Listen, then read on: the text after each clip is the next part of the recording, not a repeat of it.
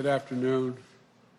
Vice President Harris and I, as she indicated, just met with a group of America's top business leaders and labor leaders. And I must tell you, it reinforced what I thought from the beginning. We're ready to come together. The unity was astounding. I want to go back and talk about the people who actually participated in that. I want to list all the people just so you know who we spoke with.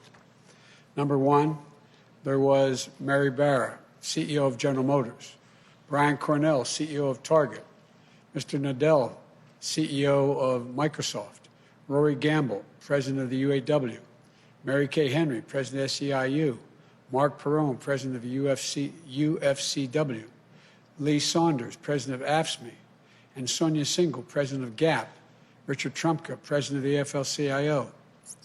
It was really encouraging, quite frankly, to get people, business and labor, together, agreeing on the way forward, which I'm convinced the American people will be ready to do when they hear what we have in mind.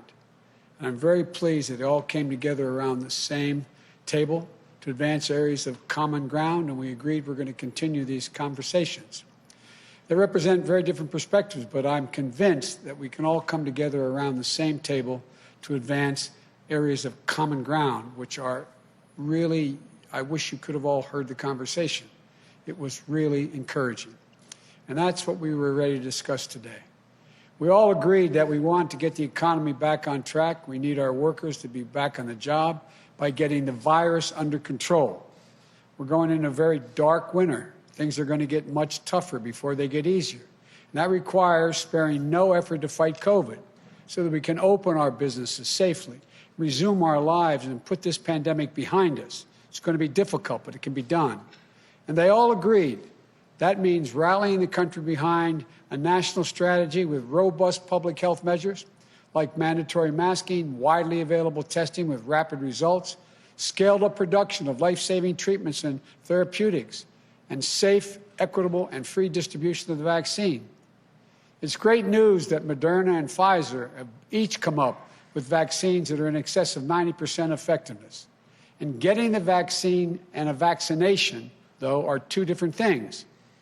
Everyone on our call today and our Zoom today agreed that the sooner we have access to the administration's distribution plan, the sooner this transition would be smoothly moved forward.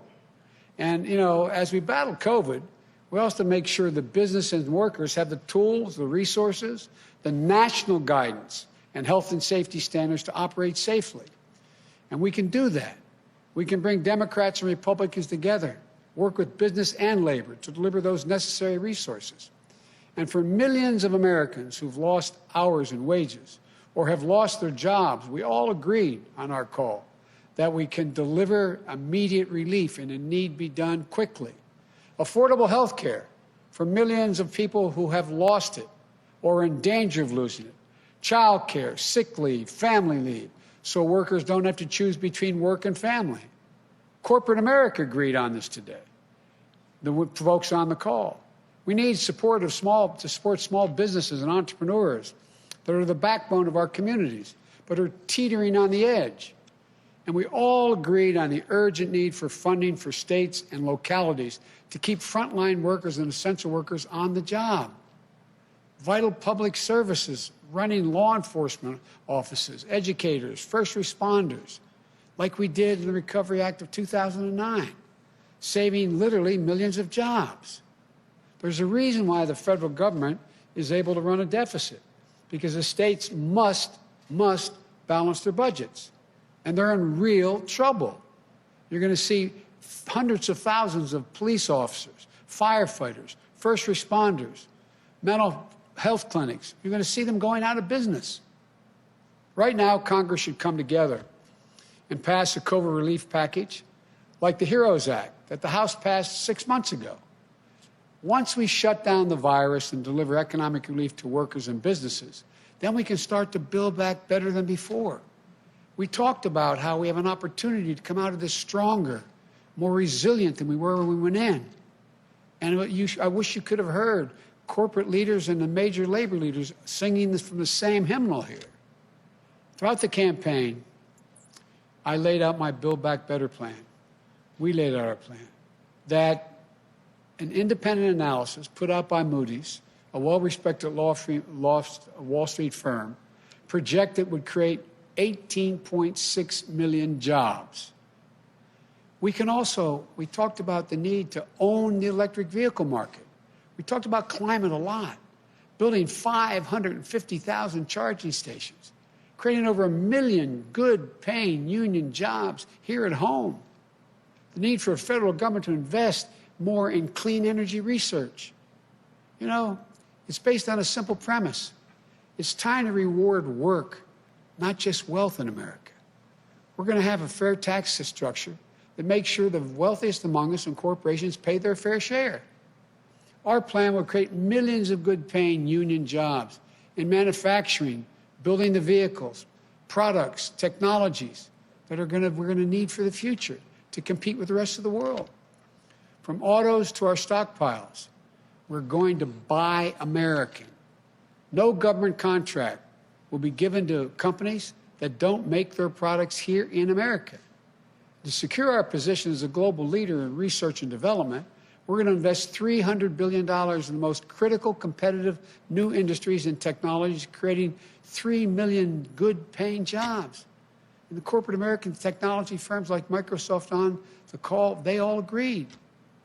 We can make sure our future is made here in America. And that's good for business, and it's good for American workers. We can also modernize our infrastructure. Roads, bridges, ports, 1.5 million new affordable housing units, high-speed broadband we talked about, for every American household, which is more important than ever for remote learning, remote working, telemedicine in the 21st century. Building a digital infrastructure to help businesses, healthcare workers, first responders, and students. $100 billion to rebuild our crumbling schools. They talked about the need, the business community talked about the need to invest in HBCUs and community colleges. Retrofitting 4 million new buildings, or old buildings, retrofitting and making them new. Weatherizing 2 million homes. Building more climate-resilient cities and towns. These investments will specifically target communities of colors so we can break the cycle where in good times they lag, and in bad times they get hit first and the hardest, and in recovery, it's the toughest to bounce back. These are the kinds of investments that are going to strengthen our economy and our competitiveness, create millions of jobs, union jobs. And in doing so, we'll respect the dignity of work and empower the voice of workers. You've heard me say it before. My dad, when he lost his job in Scranton, eventually moved to Wilmington and got a good job. He'd say, Joey, a job's about a lot more than a paycheck. It's about your dignity, respect, your place in the community. It's about being able to look your kid in the eye and say, honey, everything's going to be okay. When we build back better, we'll do so with higher wages, including a $15 minimum wage nationwide, better benefits, stronger collective bargaining rights that you can raise a family on. That's how we build back the middle class better than ever. That's how we make sure workers are treated with the dignity and respect they deserve. I can go on. You can tell I was very encouraged by our conversation. But the point is this. There's so much we can do. The only way we do any of this is if we work together. I know we can do this. For example, on the call, I made it clear to the corporate leaders. I said, I want you to know I'm a union guy. Unions are going to have increased power. They just nodded. They understand. It's not anti-business. It's about economic growth, creating good-paying jobs. 11 years ago, when Barack and I took office during the Great Recession and implemented the Recovery Act that saved us from another Great Depression, we didn't see a map in red and blue states. It was the United States of America. We didn't care whether the city had voted for us or against us. The state voted for us or against us. We worked with everyone, and we recovered and rebuilt together as one nation. We can do this again. The refusal of Democrats and Republicans to cooperate with one another is not due to some mysterious force beyond our control. It's a conscious decision. It's a choice that we make.